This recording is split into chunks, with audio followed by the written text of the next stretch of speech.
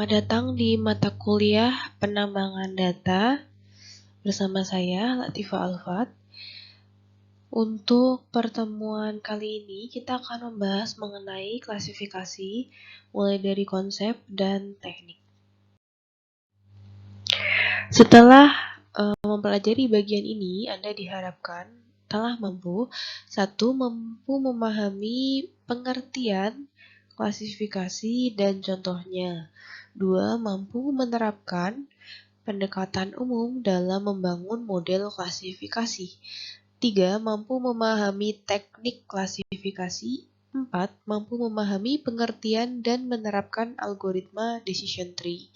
5. Mampu memahami struktur dan menerapkan cara kerja algoritma Han. Klasifikasi. Agenda untuk pertemuan kali ini adalah: pertama, pengertian klasifikasi. Kedua, pendekatan umum model klasifikasi. 3, teknik klasifikasi. 4, decision tree. 5, induksi decision tree algoritma Han. Pengertian klasifikasi. Pengertiannya adalah ketika diberikan kumpulan record atau training set, setiap record dicirikan oleh sebuah tuple. Ya, tuple itu tipe data ya, X dan Y, di mana X adalah himpunan atribut dan Y adalah label kelas. X merupakan atribut, prediktor, variabel independen, dan juga input, sedangkan Y adalah kelas, response, variabel terikat, dan juga keluaran. Tugasnya adalah ketika kita diminta mempelajari model yang memetakan setiap himpunan atribut X ke dalam salah satu label kelas yang telah ditentukan sebelumnya, yaitu Y. Nah, ini terdapat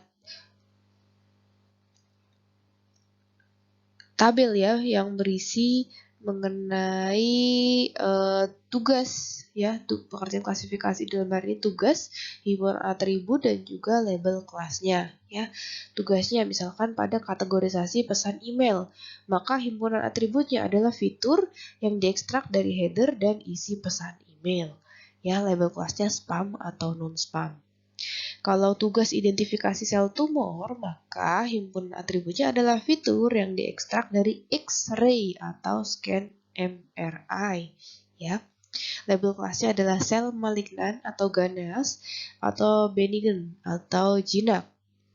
Ya, untuk tugas katalog galaksi, maka himpunan atributnya atau X-nya adalah fitur yang diekstrak dari citra teleskop, sedangkan label atau kelasnya adalah bentuk-bentuknya ya, yaitu galaksi eliptis, spiral, atau bentuk irregular. Pendekatan umum klasifikasi.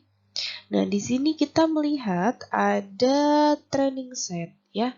Training setnya di sini data ya. Kemudian ada testing set ya, ini data. Nah, dari training set ini masuk menuju ke induction ya. Induction ini juga dipengaruhi oleh learning algorithm, jadi algoritma yang digunakan untuk mempelajari. Induction ini learn model ya, mempelajari model tersebut sehingga menghasilkan yang namanya model di sini. Nah, ketika terjadi yang namanya deduction ya, deduksi, itu mengaplikasikan model sehingga dari test set ya, ini dari test set sekian ini diperoleh hasil berupa ini label di sini default borrower.